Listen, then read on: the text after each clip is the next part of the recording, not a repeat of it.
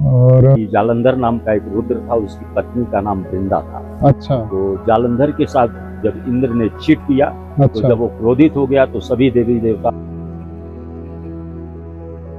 नमस्कार मित्रांनो, मी भगवान निळ पाटील स्वागत करतो तुमचं आणखीन एक नवीन व्हिडिओमध्ये. आपण इथं आहे, हे ऑफिस आहे जे लोअर मुस्तांग आहे, तिथं जाण्यासाठी जे परमिट लागतं ते परमिट इथं बनतं. हे पोखरामध्ये पण बनतं आणि तुम्ही इथं चेकपोस्टवर येऊन पण बनवू शकता. चेकपोस्टवर येऊन जर बनवायचं असेल तर त्याचे 1000 रुपये फीस आहे आपल्या इंडियन लोकांसाठी. बाकीच्या अदर काही कंट्री आहे त्यांच्यासाठी पण 1000 आहे आणि काही कंट्री आहे त्यांच्यासाठी 4000 पण आहे. डिपेंड करतं वेगवेगळ्या देशांवर. तर समोरचा व्ह्यू बघा किती सुंदर आहे, एकदम निळा निळा आकाश आणि आभाळ. तर सांगायचं हे होतं मित्रांनो की तुम्हाला लोअर मस्तांग जरी जायचं असेल तरी पण त्याची परमिशन लागते, परमिट लागते. विदाऊट परमिट तुम्ही जाऊ शकत नाही. समोरून बस येते त्यामुळे आपल्याला इथं मोकळी जागा आहे, थांबावं लागेल थोडंसं. काही ठिकाणी आहे ना रोड खूप नॅरो आहे, थोडीशी ऍडजस्टमेंट करावं लागते. रोडचं काम पण चालू आहे बऱ्यापैकी. तर मित्रांनो, आपण जेव्हा चेकपोस्ट पास करतो ना तर इकडला सगळा एरिया चेंज होऊन जातो. जसं आपल्याकडं याला लडाख जाताना वगैरे आपण ते अटल टनल पास केल्यानंतर कसं पूर्ण लँडस्केप चेंज होऊन जातं, तसं आपला इथला पार्ट आहे हा. आपण जेव्हा ते चेकपोस्ट पास केले ना तर इकडं पूर्ण डोंगरची चढाई आणि जे होतं तिकडं त्याच्यापेक्षा इकडले डोंगर वगैरे खूप आणि वातावरण पण चेंज होतं. इकडं थंडी वगैरे पण खूप आहे, गारवा जाणवतो इकडे खूप आहे म्हणण्यापेक्षा तिकडल्यापेक्षा इकडं टेम्परेचर कमी आहे, थंडी जाणवते. असं वाटतं जॅकेट वगैरे घालून घ्यावं. आणि समोर हाईटवरती स्नो माउंटेन पण दिसत आहे. इथून आपलं जे डेस्टिनेशन आहे ना मुक्तीनाथ, ते 51 किलोमीटर राहिलं आहे आणि समोर असं वाटतंय पाऊस वगैरे चालू व्हायचा अंदाज आहे. बघूया पुढे गेल्यावर काय होतं. लँडस्लाईड जर बघायची असेल तर बघा कशा डोंगर पुरा खसकून जातो खाली. हे जुनं आलेलं आहे, आता नाही आलं आपल्या समोर. अगोदर केव्हा तरी झालंय, पण पूर्ण डोंगर खाली धसलेला आहे. अशा प्रकारची खतरनाक लँडस्लाईड होते. थोडीशी सूर्यदेवानी कृपा केली आणि आपण जे व्ह्यू बघण्यासाठी इथपर्यंत आलो होतो ते समोर तुम्ही बघू शकता. एकदम निळं निळं आकाश आणि स्नो माउंटेन किती सुंदर, आणि काय शब्दात नाही सांगू शकत. वातावरण पण खूप छान आहे, थंडी जास्त आहे इकडं. इथं थोडंसं थांबलो होतो. बर्फ वितळला त्याचे पाणी होईल, पाणी हे वाहून जाईल, वाहिलेल्या पाण्याचा समुद्र होईल, पण डोंगर जसा आहे हा तसाच वर्षानुवर्ष उभा राहील, न हलणारा न ढळणारा. मित्रांनो, तर आता रोड येऊन पोहोचलाय नदीच्या काठापर्यंत. बाजूला आहे आपल्या काली गंडकी नदी आणि ह्या नदीच्या पाण्याचा जो आवाज आहे ना, जो खळखळणारा आवाज आहे, एकदम गाडीच्या आवाजात सुद्धा कानावर पडतो. शांत असं वाटतं इथे 1 घंटा 2 घंटे बसावं, मस्त पाण्याचा आणि नदीचा आनंद घ्यावा. पण आपल्याला समोर पोहोचायचंय आणि पाऊस पण येतोय. आता हे समोरचं जे दिसतंय ना डोंगर, आपल्याला थोडंसं असं मागे जायचंय आणि वापस या पुढच्या टोकाला यायचंय, जाऊन फिरून वापस यायचंय. तर मित्रांनो, काय छान आहे ना समोरचं नदीचं पात्र बघा. आणि इथं हा जो डोंगर आहे ना, आपण तिकडून बघत होतो, याच्या पुढं जायचं आपल्याला त्या साईडला. आणि इथं याची एक उपनदी आहे काली गंडकीची, जी इकडून आपल्या डाव्या हाताने मिळते आणि उजव्या हाताला काली गंडकीमध्ये मिळते. अशा काली गंडकीच्या खूप साऱ्या उपनद्या आहेत ज्या की येऊन त्याच्यामध्ये मिसळून एकत्र सगळ्या नद्या मिळून मग काली गंडकी नदी तयार होते. खूप मोठी मजा आहे ना. समोरचं लोखंडी पूल बघा किती हेवी आहे. आणि त्याच नदीच्या कडाला एक छोटंसं इथं गाव आहे. असं वाटतं एक दिवस कुठंतरी मुक्काम करावा नदीच्या काठाला आणि ह्या निसर्गाचा सौंदर्याचा आनंद घ्यावा. त्यासाठी वेळ पाहिजे आपल्याकडे.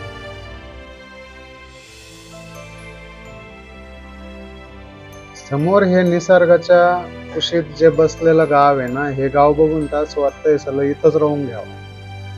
आपली गाडी पण आणि आपण पण, पण मग आपल्याला नेपाळमध्ये सिटिझनशिप मिळणार नाही. तर बस खूप खरंच भारी वाटलं इकडे येऊन सगळं. काय एवढंच म्हणणार.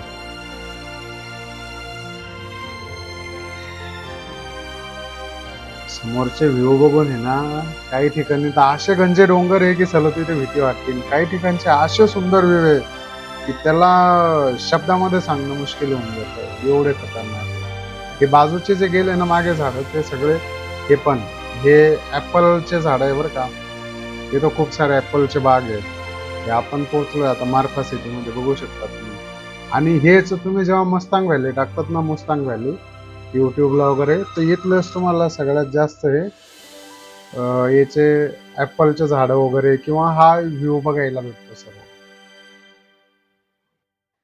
मित्रांनो, कशा आहे मग सफरचंदाचा बाग एकदम भारी. असं वाटतंय जाऊन किती तोडून खाऊन घ्यावा, पण अलाउड नाही, नॉट परमिशन. फक्त बघू शकतो, खाऊ शकत नाही. आणि आता आहे ना, इथं थांबून ते दूरवर डोंगराच्या पायथ्याशी एक गाव दिसतंय बघा. ते जुनं मारफा विलेज आहे. आणि हे जे नवीन झालंय ना आता रोडच्या साईडला, हे नवीन मारफा विलेज आहे. ऍक्च्युअल मध्ये हे जुनं आहे. मी तुम्हाला झूम करून दाखवतो थोडंसं. हे आहे मारफा विलेज. आणि इथंच वरती एक मोनेस्ट्री पण आहे, जे तुम्ही पहिले बघितले की हे इथं वर दिसतंय बघा. तर आपण पोहोचलोय आता जोमसोम मध्ये, आणि जोमसोम येतं लोअर मुस्तांग मध्ये. तर इथं हॉटेल वगैरे, रेस्टॉरंट, राहण्याच्या खूप साऱ्या सुविधा आहे. होमस्टे भेटेल, हॉटेल भेटेल, खूप सारं आहे. आणि इथला व्ह्यू आणि वातावरण पण खूप छान आहे. थंडी जास्त आहे पण इथं, म्हणजे केव्हा आलं की थोडंसं गरमीचे कपडे सोबत असायला पाहिजे. ऊन असेल तर हरकत नाही, पण जास्त आभाळ वगैरे येईल असेल त्यावेळेस गरजेचं आहे.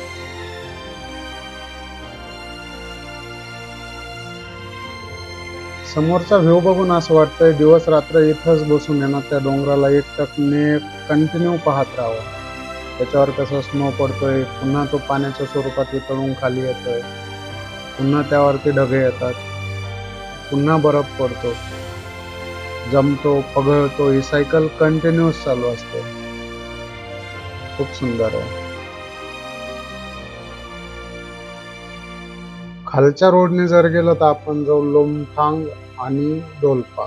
तर आपल्याला तिकडं नाही जायचं, आपल्याला जायचं मुक्तीनाथ. आणि समोरच्या डोंगरावर बघा काय बर्फ वगैरे पडतोय, का ढगाने पूर्ण डोंगर झाकलाय, पण छान व्ह्यू येतोय एकदम. हे तर सगळे मातीचेच डोंगर दिसताय राव. इकडे इकडं ह्या डोंगरांना दगड नाही दिसत जास्त. हे आपल्याकडे लडाख जसं आहे ना, तसं वाटतंय. लडाख मी अजून गेलो नाही, योग आला तर बघू, यंदा जाऊ आपण. पण लडाखची फील इकडे तुम्हाला मुक्तीनाथ आल्यावर पण येईल. असेच गंजे डोंगर आहे, ज्याच्यावर झाडं नाही, झुडपं नाही, काही नाही. आणि हे बघा ना तुम्ही साईडला पूर्ण माती आहे. झाडं आहे बी तर कोणते, ते छोटे छोटे जे जमिनीला खेटून असतात तेच, बाकी विशेष नाही. आणि पूर्ण दगडगोट्याचं डोंगर आहे हा सगळा. तर मित्रांनो, इथं या आणि घोड्याची सवारी करतात. पर पर्सन 300-400 रुपये घेतात. आणि समोरचा व्ह्यू बघा किती सुंदर आहे. मित्रांनो, तर आपण पहिल्याच वेळेस आलो आहे ना मुक्तीनाथ, तर तिथं वरती राहण्याची व्यवस्था आहे नाही आहे. मॅडमला विचारलं, त्यांनी सांगितलं आहे, हॉटेल वगैरे मिळतात, तुम्ही आरामशीर राहू शकता, काही अडचण नाही. आपल्याला जायचं होतं मुक्तीनाथ, तर जाताना एक मुलगा शाळेतला पायी चालला होता बिचारा. तर व्ह्यू बघत बघत त्याला म्हटलं, करे चालतो गाडीवर? तो म्हटलं हा. मी त्याला इथपर्यंत आणून सोडलं. हे त्याचं घर आहे, खूप छान घर आहे इकडले. पण हे घरांचे व्हिडिओ वगैरे आहे ना, गाव घर हे सगळं मी जाताना दाखवलं. नेपाळमधील जे छोटे छोटे गाव आहे ना, खेडेगाव, त्या गावांमधले घर, एखाद्या 2 गावात पण व्हिजिट करू आपण. म्हणजे प्रयत्न करू की इथले जे लोक आहे, इथलं राहणीमान, यांचा व्यवसाय वगैरे काय आहे काय नाही, हे सर्व दाखवण्याचा प्रयत्न करेल. पण हे जेव्हा आपण मुक्तीनाथवरून पोखरा रिटर्न जाऊ ना, त्यावेळेस.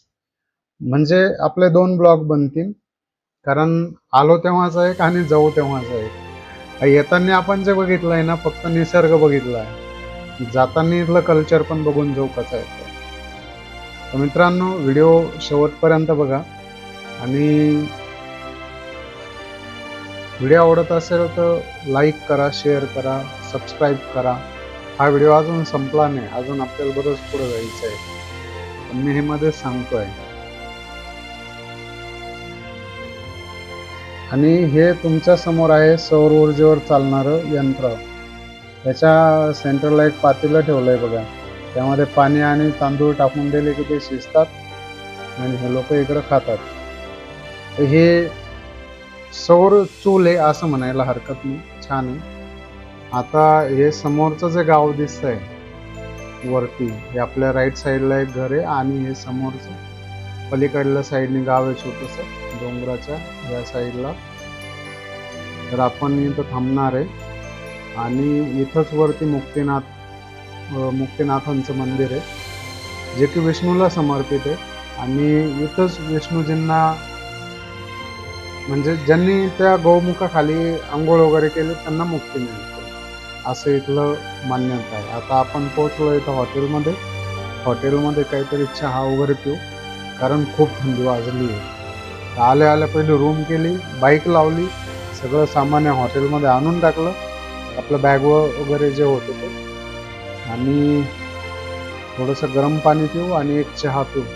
इथले चहा आणि जेवण खूप महाग आहे. इथं चहा आहे ब्लॅक टी 50 रुपयाला आहे, दुधाची जर घेतली तर 100 रुपयाला आहे, आणि जेवण एका वेळेचं 500 रुपयाला आहे.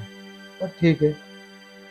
तर मित्रांनो आपण जे छत्रपती संभाजीनगरमधून आलोय मुक्तिनाथचे दर्शन करण्यासाठी, ॲक्च्युली आपण इथे पोहोचलोय. हे दिसतंय समोर कमान मुक्तिनाथ मंदिराची, आणि इथून जायचं आपल्याला वरती मंदिरामध्ये.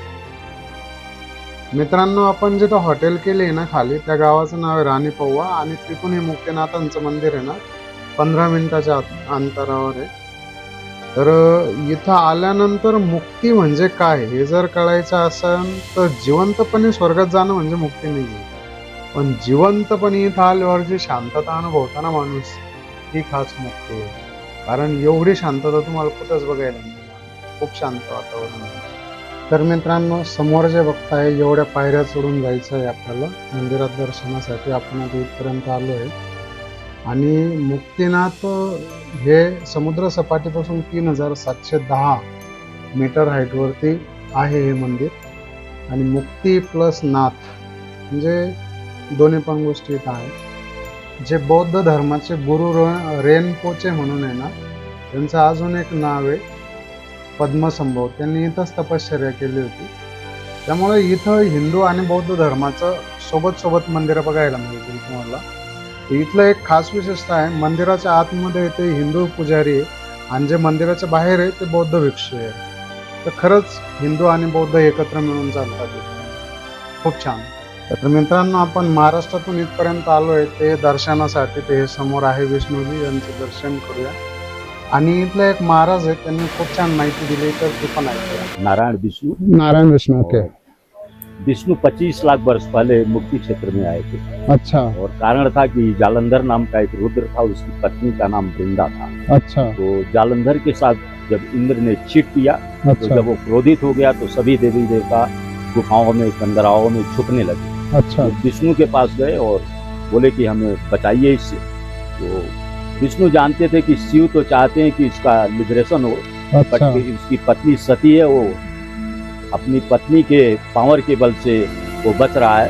अच्छा तो विष्णु ही जालंधर का रूप बना के गए और वृंदा के सतीत्व को डिजॉल्व किया। और अच्छा वृंदा जब आइडेंटिफाई की कि he is not my husband, okay तो सी आल्सो गिव कर्स विष्णु अच्छा कि तुम्हारे दिल में दया नहीं है, तुम जाओ पत्थर बन जाओ। अच्छा और सेकंड स्टोरी की ये जो धारा देख रहे हैं, हाँ ये में गंडकी माता है अच्छा और she is also yogi. Okay Vishnu से प्रॉमिस लिया था कि अच्छा आप हमें एक बार पुत्र रूप में प्राप्त होना। अच्छा अच्छा विष्णु बोले थे कि ठीक है, जब समय आएगा तो हाँ। जरूर हम पुत्र बनेंगे। अच्छा जालंधर मारा गया, अच्छा वृंदा के श्राप को अंगीकार किया, एक्सेप्ट किया, अच्छा और गंडकी माता का वचन पूरा करने के लिए विष्णु ने तब किया विष्णु कुंड कर लाया। ऊपर विष्णु कुंड पर There okay was no possibility anybody go that place। अच्छा और वहीं से फिर उनके बाएं अंगूठे से ये गंडकी रिवर का है। प्रादुर्भाव हुआ ओके, और जालंधर और वृंदा दोनों की मुक्ति किए अच्छा, और दूसरे जन्म में उनके भक्त संपूर्ण और तुलसी बनी। It's also wrote in Hindu mythology. Okay. तर मित्रांनो, महाराजांनी खूप छान माहिती सांगितली आहे आणि हे जे बघताय तुम्ही समोर, हे आहे 108 गौमुख. त्याच्या खाली हिंदू, बौद्ध सगळेजण आंघोळ करतात आणि याची अशी मान्यता आहे की ज्यांनी इथं आंघोळ केली त्यांचं जन्म मरणाच्या फेऱ्यातून मुक्ती झाली, त्याला पुन्हा जन्म मरणाच्या याच्यात यायचं काम नाही आहे, तो देवाच्या सानिध्यात जाऊ शकतो, अशी इथली मान्यता आहे. तर खूप छान आहे आणि एवढ्यासाठीच आपण महाराष्ट्रातून इथपर्यंत आलो होतो, पण थंडी खूप असल्यामुळे आपण काही आंघोळ केली नाही. खतरनाक थंडी बाबा. नंतर आल्यावर पुन्हा बघू भविष्यात. अभी इतने तो मतलब ज्यादा टूरिस्ट नहीं दिखे आज भी, तो ऐसा अभी सीजन खत्म होने का है। खत्म होने को है. ओके, तो अभी बंद हो जाएगा और चालू कब हो गए? तर मित्रांनो, हे हॉटेल आहे नॉर्थ पोल आणि हे आहे राणी पौवामध्ये आणि हे बघू शकता, हे इथलं रेस्टॉरंट आहे आणि याच्याच बॅक साईडला यांचं किचन आहे. हे समोर जे बघताय हे आहे यांचं किचन. आतमध्ये जाऊन दाखवतो. हे असं आहे यांचं किचन आणि इकडं आहे आपली रूम. तर मित्रांनो, व्हिडिओ आवडला असेल तर तुमच्या मित्रांसोबत शेअर करा, व्हिडिओला लाईक करा आणि चॅनलला सबस्क्राईब करा. व्हिडिओ इथपर्यंत बघितल्याबद्दल तुमचं सगळ्यांचं धन्यवाद.